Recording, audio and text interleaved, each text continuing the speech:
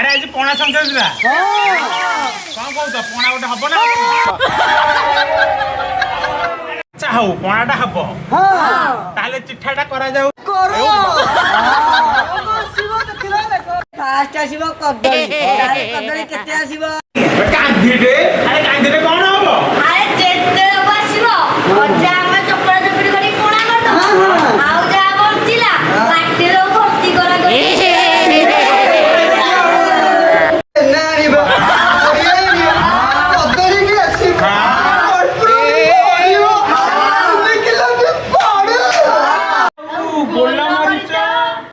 ମରିଚ ନା ଲୁଲି ମରିଚ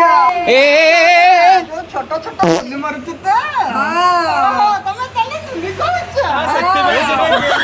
ଲୁଲି ମରିଚ କହିଦଉଛି ଆଉ ହଉ ହଉ ସବୁ ଜିନିଷ ହେଇଗଲା ଚାଲ ଯିବା ଆରେ ଆରେ ଆରେ ଶୁଣ ଶୁଣ ଶୁଣ ଗୋଟେ ଜିନିଷ ଭୁଲି ଯାଇଛି ଆରେ ଭାଙ୍କୁଟା କଣ ଆସିବ ଆସିବ ନା ଆସିବନି ହେଲେ ଆରେ ସିଏ ତ 2 ଟଙ୍କାର ପିଇଲେ ଯାଇକି ଆଉ ଆରେ ଇଏ ତ କାଲି ନା କଣ ପିଇକି ବାନ୍ତି କରୁଥିଲେ କୁକୁରଟା ବାନ୍ତି କୋମାରେ ପଡିଥିଲା ଆମେ ମାନେ ସବୁ ପିଇ ପାରିବା ତ କିଛି ଅସୁବିଧା ହବନି ତ